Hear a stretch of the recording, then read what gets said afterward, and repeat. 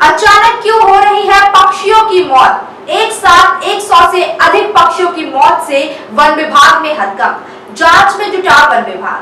नमस्कार, मैं हूं आपके साथ अंकिता और आप देख रहे हैं इसके लाइव। एक के बाद एक पक्षियों की अचानक मौत की घटना से जलपाईगुड़ी के चालसा में हड़कंप मच गया है। पूरे इलाके में पक्षियों के संग बिखरे पड़े हैं और अब तक इनकी संख्या 100 से भी ज्यादा हो गई है। लेकिन यह आपदा क्यों? पक्षियों की रहस्यमय मौत के पीछे कई तरह के कयास लगाए जा रहे हैं। घटना को लेकर पूरे इलाके में दहशत फैल गई है। जलपाईगुड़ी जिले के चालसा ब्लॉक के दक्षिण धूपझाड़ा इलाके में अचानक 100 से ज्यादा पक्षियों की मौत हो गई है। इस हृदय विदारक तस्वीर को देखकर स्वाभाविक रूप से पड़ोसी दक्षिण धूपझाड़ा में दहशत फैल गई है। पर्यावरणविदों का मानना है कि गोरुमारा जंगल से सटे इस इलाके में ऐसी घटना अभूतपूर्व है। मृत पक्षियों में स्थानीय कबूतर, गौरैया और दूसरे छोटे पक्षी शामिल हैं। घटना स्थल एक कृषि भूमि है जिसे कुछ दिन पहले ही खेती के लिए तैयार किया गया था। इतने सारे पक्षियों की मौत को लेकर कयास लगाए जाने लगे हैं। कुछ का कहना है कि यह घटना जमीन में इस्तेमाल किए जाने वाले किसी जहरीले कीटनाशक की वजह से हुई होगी। दूसरों का मानना है कि इसके पीछे बर्ड फ्लू या कोई और वायरस हो सकता है। हालांकि सबसे बड़ा सवाल यह है कि इतने सारे पक्षी एक साथ एक ही जमीन पर कैसे मरे पड़े हो सकते हैं। पर्यावरणविद सुमन चौधरी ने कहा, एक ही जगह पर एक साथ इतने पक्षियों की मौत असामान्य है। जहर या वायरस से किसी भी तरह की संभावना से इनकार नहीं किया जा सकता। शायद जमीन की मिट्टी की जांच के बाद ही सच्चाई का पता चल पाएगा।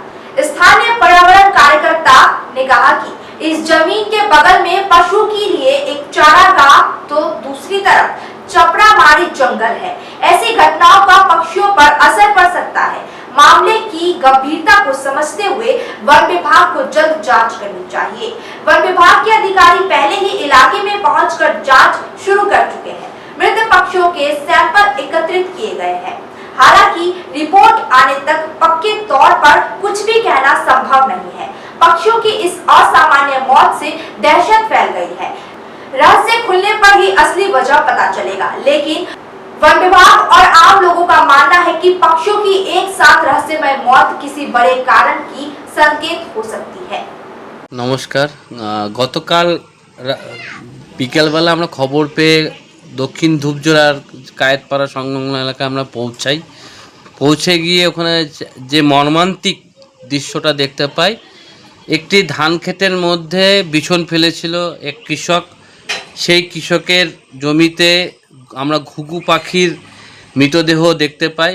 সেই পরিমাণটা ওখানে 27-28টা পাখি পাওয়া গেলেও, 29 পাখি পাওয়া গেলেও এই পাখিগুলোর সংখ্যাটা কিন্তু আমরা মনে করছি শতাধিকের উপরে, 3 শতাধিকের উপরে আমরা কিন্তু সেই পাখিগুলো মনে করছি যে মারা গিয়েছে। বিভিন্ন জায়গায় ছড়িয়ে ছিটে আছে, সেই খবরগুলো আমাদের কাছে আসছে। এবং এই যে একটা মর্মান্তিক ঘটনা, এর কারণটা হচ্ছে ধানের বিছন ফেলছে এখন মানুষ। সেই বিছন থেকে ধানের বিছন তৈরি করবে, বিছন তৈরি করে ধান খেতে তারা লাগাবে, ধান উৎপন্ন করবে। এই ক্ষেত্রে কি হচ্ছে, ধানের বিছনগুলো পাখি খেতে চলে আসে। পাহারা দেওয়া দরকার, প্রয়োজন। সেই পাহারা দিয়ে মোটামুটি 2-3 দিনের মধ্যে চারাটা তৈরি হয়ে গেলে পরে আর ওটা খেতে পারে না। এই জায়গায় দাঁড়িয়ে আজকে আমাদের যে ভয়াবহ পাখির নিধন দেখলাম, সেই পাখির নিধনটা কিন্তু আমরা আগামী দিন যে যাতে না হয় সেই দিকে আমরা দেখব। এবং আমরা বন দপ্তর এবং লোকাল প্রশাসনের কাছে আমরা দ্বারস্থ হব যাতে করে এরকম ঘটনা না হয়। কৃষি দপ্তরের কাছে অনুরোধ করব যাতে যারা এই ধান চাষের বিছন নিয়ে যাচ্ছে যাতে বীজ না মিশিয়ে ধানের যে চারাটা না তৈরি করে। এইভাবে যে ঘটনাগুলো দিনের পর দিন ঘটে যাচ্ছে, এর আগেও আমরা দেখেছি বিভিন্ন সময় মূর্তি নদীর জলে বিষ দিয়ে মাছ ধরা, বহু মাছ মারা যাচ্ছে, সেখানে বন্যপ্রাণ খেয়ে জল খেয়ে বন্যপ্রাণ মারা যাচ্ছে। এটা নিত্যদিনের ঘটনা চলে আসছে। আমরা ব্লক প্রশাসন এবং জেলা প্রশাসনের কাছে আর্জি রাখবো, তরাই ডুয়ার্সের বিভিন্ন বনাঞ্চল এরিয়াতে এরকম অবৈধ যে কাজগুলো হচ্ছে তার বিরুদ্ধে একটা প্রয়োজনীয় কঠোর ব্যবস্থা নিক প্রশাসন। অবিলম্বে এই ব্যবস্থা যদি না নেওয়া যায় তাহলে ভবিষ্যতের দিকে তাকালে যদি দেখতে পারি তাহলে এরকম বড় বিপদ কিন্তু আমাদের সামনে ধেয়ে আসছে। এইভাবে ধীরে ধীরে পশু পাখি বন্যপ্রাণ যদি বিষক্রিয়ায় মৃত্যু হয় তাহলে আমাদের এই উত্তরবঙ্গের বনাঞ্চলে ধীরে ধীরে কিন্তু পশু পাখির সংখ্যা কমে যেতে থাকবে।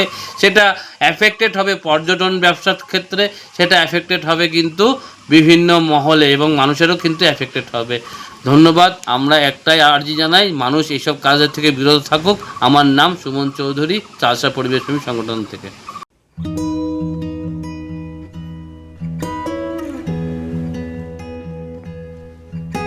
समय में रोपे को बिरु वाले बेला बेला मलजल पाए एक दिन रूख भैरो फल फूल दिन छ तेसरी नहीं एसआईपी में ससानु रकम लगाउनु गर्दी गरी ती रकम हरू भविष्य में ठूलो रूप लिन सक्छ एवं तपाईले धनवान पनि बनाउन सक्छ।